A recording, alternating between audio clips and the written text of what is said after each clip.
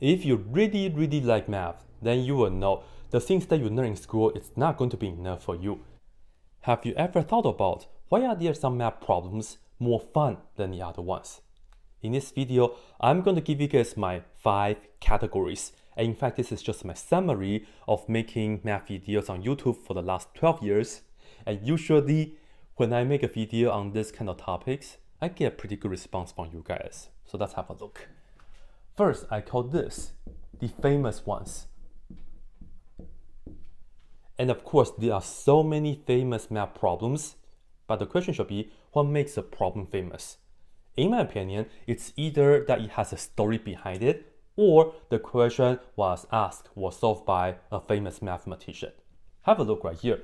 For example, 1 plus 1 over 2 squared plus 1 over 3 squared plus 1 over 4 squared, and so on, so on, so on. What's the answer to this? Well, this problem even has a name. It's called the Basel's problem. Who solved it? Euler. And the answer for this is pi squared over 6. Now have a look. All these right here are just regular fractions, even though we have infinitely many of them, but they are all rational.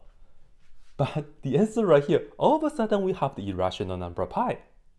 How surprising, right? And of course, there are other methods to solve it besides Euler's method. You can also check out the video made by 3 Blue 1 Brown, the one with the lighthouse. Very great video. Definitely watch that so you can get another appreciation for this problem. Now, speaking of Euler, of course, we have to take a look at his identity, right? If you have e to the I pi, where the I is the imaginary number, so that I squared is equal to -1, plus 1 to it, this right here, it's equal to 0. Again, very surprising. But take a look right here. In this equation, we have 5 of the most fundamental math constants. 0, 1, e is right there, I is this, pi it needs no introduction. 5 of them all in one equation. And this is commonly referred to as the most beautiful math equation in the world. Yeah, commonly known as the Euler's identity. You can use Taylor series to explain this, and of course you can also do the other things. You can do more research on that. I will leave that to you. Of course, he has done a lot. Let's change to another famous mathematician. Let's talk about Gauss. Let's take a look at his integral, the Gaussian integral, going from negative infinity to positive infinity, e to the negative x squared dx. Here, if you try to integrate e to the negative x squared by finding an antiderivative, I will tell you it's not possible with regular functions. But this integral goes from negative infinity to positive infinity. In fact, at the end, you end up with a pretty nice looking answer. Square root of pi. Oh my goodness. We have the pi right here, right? It almost seems like whenever pi is involved in some problem, people like it a lot. The way that Gauss did it was by using change of coordinates with the polar coordinates. If you are taking multivariable calculus, this is one of the things that you definitely have to learn. And of course, there are other ways to do it. Laplace method or Fermat's integration, famous integration technique. You guys can all try that. Now, speaking of the more recent famous questions, it has to be the Riemann hypothesis. But unfortunately, I don't quite understand it. Plus, I cannot really explain to you guys what I know within a few seconds or a few minutes. So let me change to another one. Let's talk about the Fermat's last theorem. We know a squared plus b squared is equal to c squared. But today, if we have a to the nth power, b to the nth power equals c to the nth power, this equation, it has no positive integer solutions when n is greater than or equal to 3. Fermat first asked this question back in like the 1700s or many years ago, right? I think it's the 1700s. But it's like nobody was able to solve it until the 1990s by Dr. Andrew Weil. So, of course, Andrew Weil also become famous because he solved this famous unsolved question. Now, why is this question famous? It has to be the story behind it. Because when Fermat first wrote this in his book, he also put down he had a very wonderful proof to this, but unfortunately the margin of the book is too small, so he couldn't fit the proof into the margin. So that's that. Sometimes though, you don't need to have a problem to make something famous as long as you have a story. For example, do you guys know why the number 1729 is famous? If you know the answer, leave a comment down below and let me know. But does it really have to be with some famous mathematician? I don't think so either. Like in my opinion, this equation is also pretty well known and famous. Solve the equation x to the y's power equals y to the x power. I don't really know the story behind it. All I can tell you is that I make a video on this and the video got like over 1 million views. I think just because this equation looks very nice, you have the x to the y and also y to the x. So is that how do you even start with this, right? The goal is to find real numbers x and y so that you satisfy this kind of things. And I will actually speak more about this later on. And of course, let's move on to the next one right now. Now for the second category, I'm going to write it as similar to the familiar ones. So the familiar ones are the ones that you have encountered it before, such as the famous questions that I mentioned earlier. Now we're talking about the similar ones. So it's just the one that you have seen before with a small twist. That will make the question pretty interesting. For example, instead of me asking you 1 plus 1 over 2 squared and so on, so on, so on, what if we change to the alternating version? 1 minus 1 over 2 squared plus 1 over 3 squared and then minus 1 over 4 squared and so on, so on, so on. The alternating version of the Basel's problem. What's the answer for this? If you haven't thought about this before, you should pause the video and try it. Yeah, and once you're done, you can also think about the sum of 1 over n to the 4th power. That's also pretty interesting.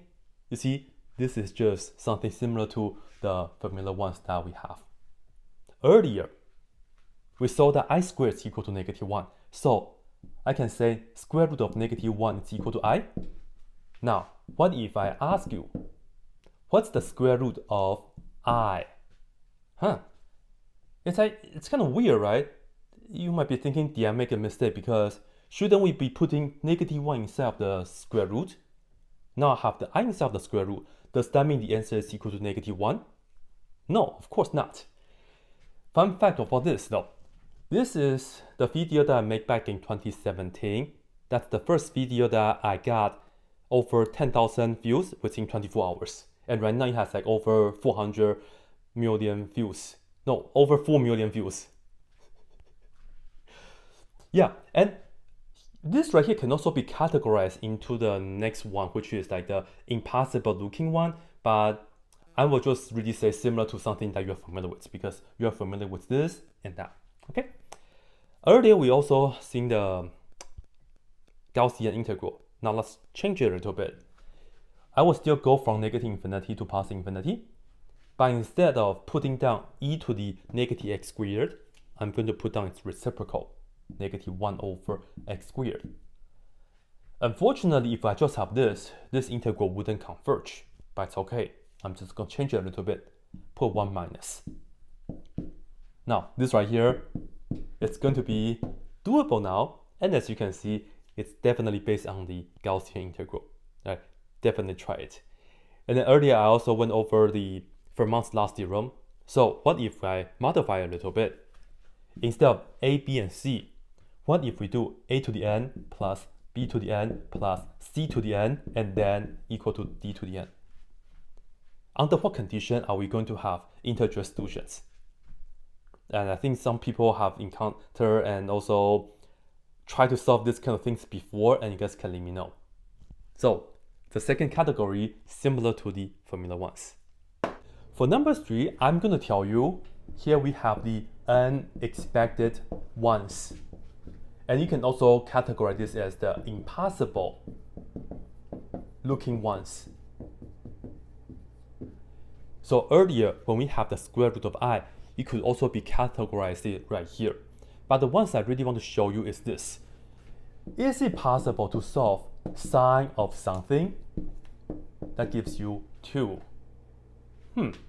How is this possible, right? Because as we all know, sine of x is always in between of -1 and 1, so how can we ever get 2, right? Well, this is only true if x is a real number. But now, what if the input is no longer real? Can we find some complex number, put it here, so that sine of that will give us 2? Yes, because I did a video on this already back in 2017. Another one that's similar to this is that, what if we have the base equal to 1 and then raised to some complex power? That will give us 2. Find the complex number. If this is not complex, it's not possible because 1 to the anything is always going to be 1. But complex numbers, they have the magic to make things unexpected. Yeah, so just like this. Now, let's talk about another equation. Can we solve x to the 5th power plus x to the 4th power plus 1 equal to 0?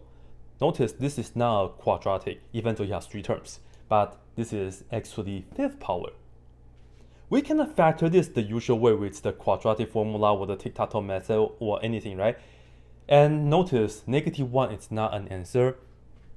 And when we have a 5th degree polynomial equation, unfortunately, we do not have a quantity formula to solve the general form for this. So what do? Well, in fact, this is factorable. You will just have to think about it. But did you expect this to be factorable? Maybe not, right? You just have to try it and all that. All right, another one. This is the one perhaps is the most meaningful to me. Let me ask you, which one is bigger, e to the pi versus pi to the e? Because this is the first video that ever gave me the traction back in about 2017. So that kind of helped me my channel to take off. Of course, right here we are going to use calculator. E is about 2.718. Pi is about 3.14. How can we compute this by hand, right? If we don't use a calculator, this equation seems impossible. But in fact, we can actually do some calculus to argue which one is bigger, which is really cool. Now, number 4, I will tell you, these are the things that are not taught in school. Now, if you really like math, then you will know the things that you learn in school is not going to be enough for you. So for example, we know 2 to the 3rd power, this is just 2 times 2 times 2. And that's just equal to 8, the regular exponent, right? But what if I put a 3 right here now? What does this mean? This, it's called the titration. It means that we have 2 raised to the 2 raised to the 2. 3 of them like this. If you have 5 right here, you will have 5 of them going up like that. And we are going to work this out first, which is 2 to the 4th, and then you'll get 16. This is called the titration. You don't learn in school. And the number gets really big really fast, and people usually like to have the power tower like this. Pretty cool stuff. Another topic I want to mention is one of the most famous topics on my channel, of course, the Lambert W function. Here's a quick introduction. If today we have the function e to the x, then the inverse of it is just the natural log of x. But now, if our function is not only just e to the x, but also multiplied with x, in fact, it also has an inverse, but just have to restrict the domain. The inverse of it is called the Lambert W function. Another name for this is called the product log. The reason this is useful is because whenever you have the expression in the form of a fish times e to the same fish power, and if you take the Lambert W function to it, you are going to get the fish back. So this is how you can save the fish. And it's precisely useful when you want to solve certain exponential equations. For example, earlier we went over x to the y, it's equal to y to the x. You can use the Lambert W function to take care of that. And perhaps this is a slightly better one. Let me ask you, how would you solve 2 to the x is equal to x to the 2? Well, by inspection, we know 2 will work because that's just 2 to the 2, it's equal to 2 to the 2, obviously. But in fact, 4 will also work because 2 to the 4th is equal to 16. 4 to the 2 is also equal to 60. But surprisingly, we actually have a third real answer. It's just a negative number. To solve this, you will have to utilize the lambda w function. So this right here could also have been categorized in the third category than expected or the impossible ones. But right here, in order to do this, you will have to use something that it was not taught in school. All right, let me mention one more. In school, we all learned the quadratic formula to solve quadratic equations, just like this, right? But what if today we have a general cubic equation? Ax cubed plus bx squared plus cx plus d is equal to 0. Then in that case, x is equal to what? We can actually have the cubic formula, which looks like this. Finally, I just want to share with you guys, these are the questions that are just hard. Right here, let me mention that hard and tedious, they are not the same thing. Right here, I'm talking about the questions that will make you think, not like the questions that will make you do the same thing over and over and over again. Such as if you have a 7-digit divided by a 7-digit by using long division question, that's a tedious question. It's technically not so hard, but nobody likes to do it. So what are some hard questions that I have done? Well, this is one of the early hard integrals that I did. The integral of square root of tangent x. It's a pretty hard integral because you have the clever way to do it and you also have the tedious way to do it. But it's pretty interesting. You guys can go try it. If you have done this already, then go ahead and try the one with the cube root. And let me share with you guys some hard equations I did. This is definitely one of the equations I really like. Square root of 5 minus x is equal to 5 minus x squared. The reason that this is hard because if you just square both sides by the usual method, right? You're going to end up with a quadratic equation on the right hand side, and it's not so easy to see what you have to do after that. I did 2 videos on this question. You guys can go ahead and try it. It requires some technical skills to proceed, which is very interesting that you really have to think. And of course, recently I made a video on x to the x power is congruent to 2 mod 5. I don't think this has been done before on YouTube, especially when you have the x to the x congruence question. This is hard because I don't even know how to do it. In fact, I made quite a few mistakes in that video, but I told you guys in that video already that I was going to make mistakes, right? And then thanks to everybody who commented on this video about the methods and also the mistakes I made and also how to solve this thing if it's mod 7, which is really cool. And of course, there are tons of hard questions that people are enjoy. In general though, you can look into the math competitions because these questions are designed to make you think. Right here, if you like integrals, then you certainly do not want to miss out the MIT integration B.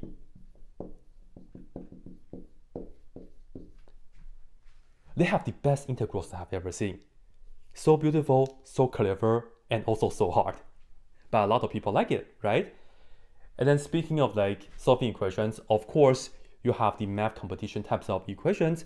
And if you talk about math competitions, you have the AMC, you have the math count, you have the ME exams, or you can also have the math competitions organized by university students, such as the Berkeley Math Tournament, the Stanford Math Tournament, the Harvard MIT Math Tournaments. For math competitions, you certainly should know the following topics. The first one, combinatorics. I'll just write down and choose K. Next, probability.